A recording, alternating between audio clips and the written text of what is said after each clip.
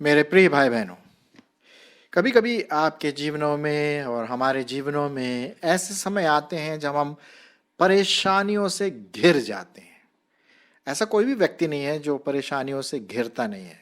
हर व्यक्ति कहीं ना कहीं किसी न किसी परेशानी से घिर जाता है, चाहे वो शारीरिक हो, मानसिक हो, आत्मिक हो, सामाजिक हो, फाइनेंशियल हो, पता नहीं क्या है। बीमारी हो, अकेलापन हो, लोग परेशान करते हो।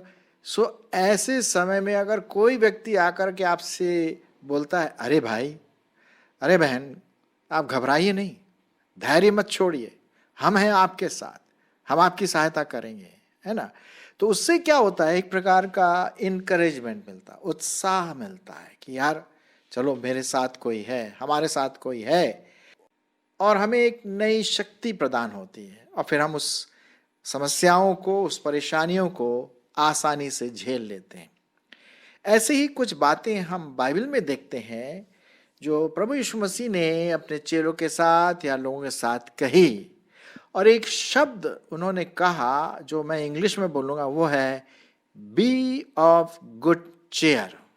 B of good cheer Hindi में इस प्रकार से है, घबराओ नहीं, धैर्य रखो। हालांकि हिंदी में उतना साफ रीति से नहीं आ रहा, लेकिन फिर भी एक आइडिया है कि भाई आप घबराइए नहीं, आप समस्याओं से, इन चीज़ों से गुजर रहे हैं, घबराओ नहीं, घबराओ नहीं, धैर्य रखो, धैर्य रखो, सब कुछ ठीक हो जाएगा। ऐसी कोई घबराने की बात नहीं है।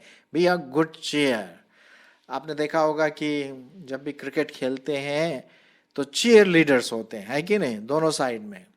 और जब भी एक स्कोर होता है या रन्स मिलते हैं, अरे साहब, वो चीयर लीडर्स जंप करते हैं और बड़ी खुशी मनाते हैं, और उससे जो खेलने वाले हैं उनको और धैर्य मिलता है और इनकरेजमेंट मिलता है।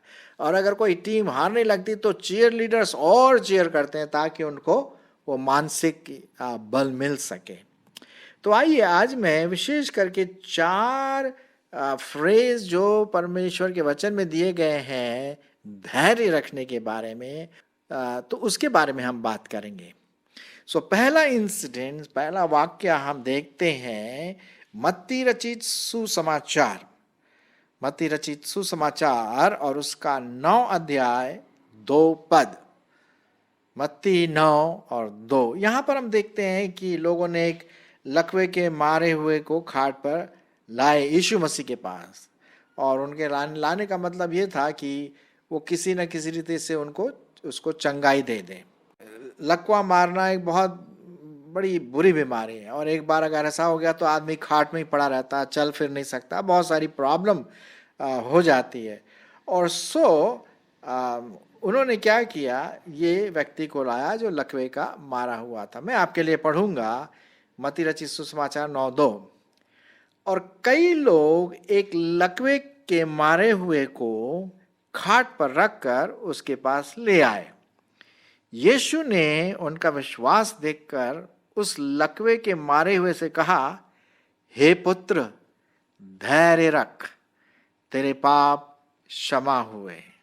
प्रभु यीशु मसीह ने ये बात कही, हे पुत्र, धैर्य रख, तेरे पाप क्षमा हुए। ऐसा लगता है कि ये जो लकवे का मारा हुआ जो व्यक्ति था, शायद ये लकवा उसकी पापों की वजह से हुआ होगा, पता नहीं, ये भी हो सकता है। और इसीलिए प्रभु यीशु मसीह ने उसके पाप क्षमा किए और फिर उसको चंगाई भी दिया, है कि नहीं। तो लेकिन वो शब्द आया है, धैर्य रख, घबरा नहीं, बी ऑफ गुड चेयर, मैं तेरे को चंगाई दूंगा, मैं तेरे पापों को क्षमा करूंगा। तो यहाँ पर हम देखते हैं कि जब भी शारीरिक बातें, चंगाई की बातें आती हैं, बीमारी की बातें आती हैं, हमारे जीवनों में कई बार हम बीमार होते हैं। मैं कई बार बीमार हुआ, हालांकि ऐसे कोई सीरियस बात तो नहीं, लेकिन जो छोटी मोटी बीमारी लगती है तो हम फिर प्रभु के पास आते हैं, प्रभु तू चंगा दे। डॉक्टर के पास तो हम जाते हैं और जाना भी चाहिए, लेकिन डॉक्टर को बुद्धि देने वाला, गोली या दवाई जो है उस पर आशीष देने वाला कौन है? हमारा प्रभु यीशु मसीह, है ना। तो हमें धैर्य रखना, घबराना नहीं। कभी कभी क्या होता है, लोग अगर घर में कोई बीमार पड़ जाता और थोड़ा सा सीरियस लगता है, कोई गंभीर बीमारी है, तो एकदम से लोग घबरा उठते हैं और चलो चलो चलो फ़ोन करो, ये करो वो करो, और मतलब एकदम से धैर्य खो देते हैं। भाई मैं समझता हूँ कि ऐसे मौके में आदमी ज़्यादा सोच नहीं पाता, लेकिन ऐसे मौक़ों में हमें परमेश्वर, चंगा देने वाले परमेश्वर को नहीं भूलना चाहिए। मतलब हमें प्रार्थना के द्वारा उस बीमारी को दूर करने में प्रभु से प्रार्थना करनी चाहिए, और फिर उसके बाद हम अस्पताल या डॉक्टर के पास ले आएं। घबराना नहीं है। ये व्यक्ति घबराया हुआ था, लोग भी घबराए हुए थे। यीशु मसीह ने कहा, बी ऑफ गुड चीयर, ध्यान रखो, सब ठीक हो जाएगा, और वैसा हुआ। तो ये बात आप ध्यान में रखें। दूसरा एक और इंसिडेंट हम देखते हैं प्रभु यीशु मसीह के जीवन में, जब उसने एक बार कहा धैर्य रखो। अब देखते हैं वो कौन सा विशेष बात थी जिसमें उन्होंने कहा। मैं आपके लिए पढ़ूंगा मरकुस रचित सुसमाचार उसका 6 अध्याय, मरकुस उसका 6 अध्याय और उसका 49 और 50 पद। ठीक है, 49 और 50 पद। मैं बल्कि 48 पद से पढ़ूंगा। हालांकि हमारा जो मेन पद पाया जाता है वो 50वां है, लेकिन थोड़ा सा उसको संदर्भ में समझने के लिए 48 से मैं पढ़ूंगा। और जब उसने देखा कि वे खेते खेते घबरा गए हैं क्योंकि हवा उनके विरुद्ध थी, तो रात के 4थे पहर के निकट वह झील पर चलते हुए उनके पास आया और उनसे आगे निकल जाना चाहता था। परंतु उन्होंने उसे झील पर चलते हुए देखकर समझा, अरे ये तो भूत है, और चिल्ला उठे, क्योंकि सब उसे देखकर घबरा गए थे। पर उसने तुरंत उनसे बातें की और कहा, धैर्य रखो, धैर्य रखो, मैं हूं, डरो मत। और फिर तब वो उनके पास नाव में आया और हवा थम गई।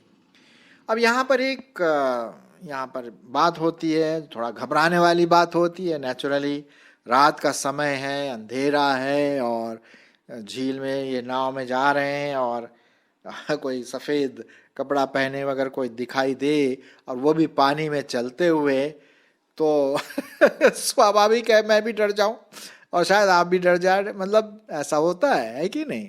चलो दिन की बात अलग है, लेकिन रात के अंधेरे में थोड़ा सा दिल में आ पहुंचती है बात। तो ऐसे ही इनके चेले थे, वो अरे ये भूत है, भूत है, चिल्ला उठे, वो एकदम से घबरा गए। प्रभु यीशु मसीह ने उनसे क्या कहा, अरे भाई धैर्य रखो, मैं हूं, मैं यीशु मसीह ने कहा ना, मैं हूं, उसका नाम भी था, तो मैं हूं, मैं जो हूं सो हूं, है ना। धैर्य रखो, मैं हूं, डरो मत। कहने का मतलब प्रभु यीशु मसीह ने फिर वही बात कही। इंग्लिश में आता है, be of good cheer, it is I. धैर्य रखो, घबराओ नहीं, क्योंकि ये तुम्हारा गुरु है, तुम्हारा परमेश्वर है, तो डरने की क्या बात है। और फिर उसके बाद उनका डर भाग गया, है कि नहीं? तो ये बात आप जरूर ध्यान में रखें। तो दूसरी बात जो हमने देखी, जब आप अलोन हैं, अकेले हैं, और कुछ ऐसी बात होती है दिन में या रात में, जब आप डर जाते हैं, भय, है ना, एक इमोशनल आउटबर्स्ट हो जाता, चिल्ला उठते हैं, क्या हो रहा है, तो प्रभु को याद करें, प्रभु तू मेरे साथ है। क्योंकि प्रभु ने क्या कहा, मैं तुम्हें कभी नहीं छोड़ूंगा, ना तुम्हें कभी त्यागूंगा और ना कभी छोड़ूंगा। तो प्रभु हमारे साथ है, उसके स्वर्गदूत हमारे साथ है ना। तो बी ऑफ गुड चेयर, हमें नहीं डरना है। ठीक है, ये दूसरी बात हम यहां पर देखते हैं। आइए हम तीसरा जो बी ऑफ गुड चेयर उसके बारे में देखेंगे।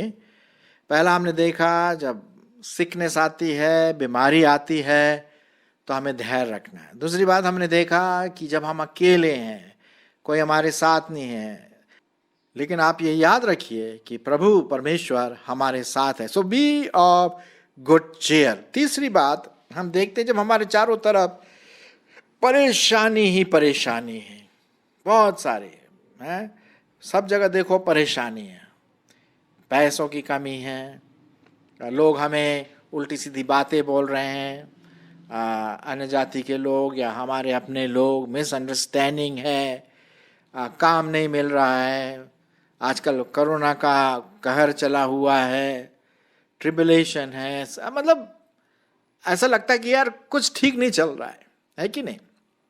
तो उस समय भी हमें प्रभु परमेश्वर की ओर ध्यान देना है, नजर देना है, क्योंकि वो वहां पर खड़ा हुआ कह रहे हैं, बी ऑफ गुड चेयर, कि आप घबराओ नहीं, धैर्य रखो।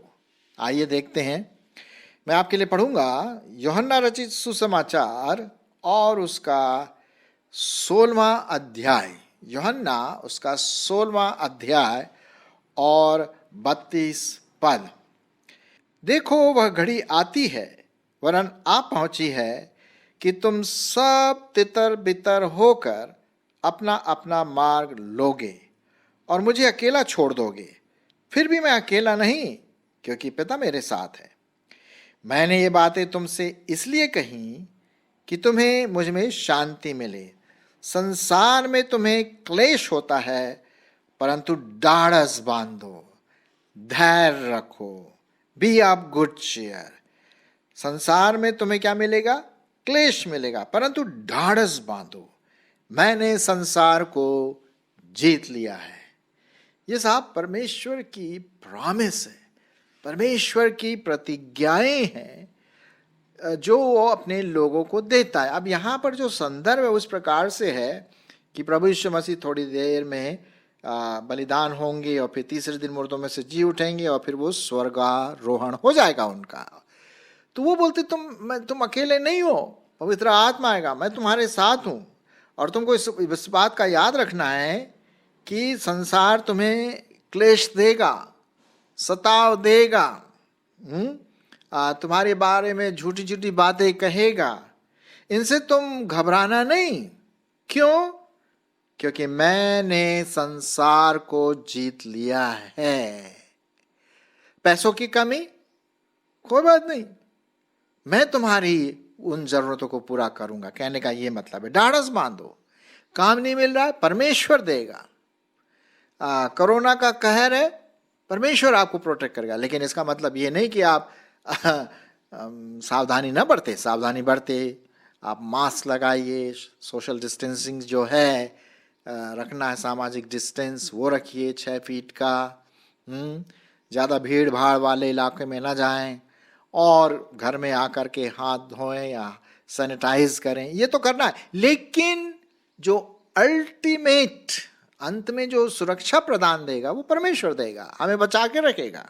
जी हाँ, तो संसार में तुम्हें क्लेश तो होगा साहब, हर प्रकार का क्लेश होगा। मेरे सामने कई प्रकार के प्रॉब्लम्स आते हैं, है ना, मैं बता नहीं सकता अभी, लेकिन आपके सामने भी आते होंगे, है ना। और एक समय आता है दिमाग ठंडा सा पड़ जाता है, यार क्या हो रहा है मेरे साथ, ऐसा क्यों है, मतलब एक मतलब चिंता सी हो जाती है, उदास हो जाते हैं। उस समय परमेश्वर का वचन आता है, ढाढ़स बांधो, धैर्य रखो, बी ऑफ गुड चेयर। क्यों? क्योंकि मैंने संसार को जीत लिया है। प्रभु परमेश्वर ने इस संसार की बातों को उसके ऊपर विजय प्राप्त कर लिया है।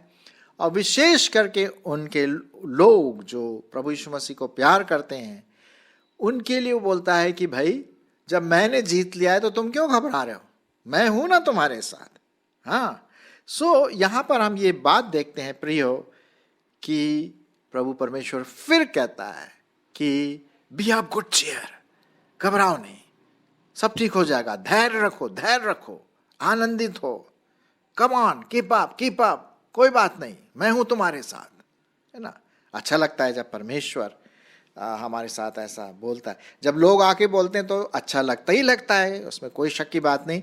लेकिन जब परमेश्वर बोलता है, जो हमारा कर्ता धर्ता सृष्टि करता उद्धार करता प्रभु है, तब तो साहब फिर बल्ले बल्ले सीना तान के आगे बढ़ें, क्योंकि राजाओं का राजा प्रभुओं का प्रभु हमारे साथ है। अब आइए एक और अंतिम धैर्य रखने वाली बात है जो यहाँ पर चेले कहते हैं, है ना।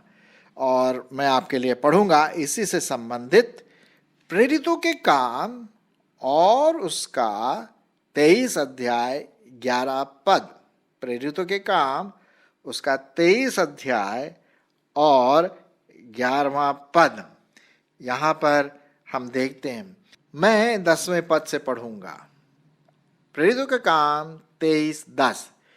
जब बहुत झगड़ा हुआ तो सैन्य दल के सरदार ने इस डर से कि वे पौलुस के टुकड़े टुकड़े न कर डालें, सैन्य दल को आज्ञा दी कि उतरकर उसको उनके बीच में से जबरदस्ती निकालो और गढ़ में ले जाओ। 11 पद जो बहुत इंपॉर्टेंट है।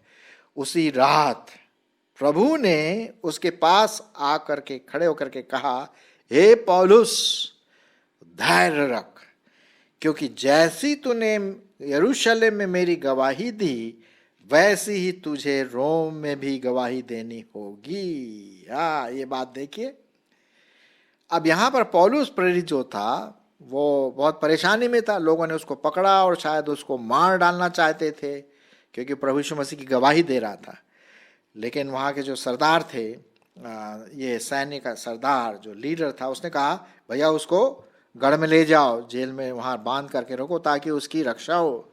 और रात में प्रभु आए और उन्होंने क्या कहा, धैर्य रख, हे पौलुस, बी ऑफ गुड चीयर, धैर्य रख, क्योंकि जैसी तूने यरूशलेम में मेरी गवाही दी, वैसे ही तुझे रोम में भी गवाही देनी होगी। तो पहली बात हम देखते हैं, दो बातें हैं यहाँ पर। एक तो गवाही देने के लिए हमें धैर्य रखना है, पवित्र आत्मा की सामर्थ्य में होकर के हम गवाही दें। दूसरी बात यह है कि प्रभु परमेश्वर कहता है, भाई तेरे को कुछ नहीं होने वाला, क्योंकि यहाँ से तू जाएगा रोम, वहां भी तुझे गवाही देनी है, तो घबरा नहीं। तो दो बातें यहाँ पर है। जब भी हम गवाही दें प्रभु परमेश्वर की, हम ना घबराएं। कभी कभी क्या होता है, लोगों से गवाही देने के लिए बोला जाता है, चाहे मीटिंग में हो, चर्चेज में हो या किसी झुंड में, तो सामने तो आ जाता है लेकिन घबरा जाता है लोगों को देख करके। अब वो सोच रहा है, यार मैंने गवाही तो कभी दी नहीं, अब मैं कैसे बोलूं, क्या बोलूं। लेकिन उनको हमें धैर्य रखना है। नहीं, आप कर सकते हो, आप कर सकते हैं, आप कर सकते हो भाई, चलो हम तुम्हारे साथ हैं, हाँ ऐसे बोलो।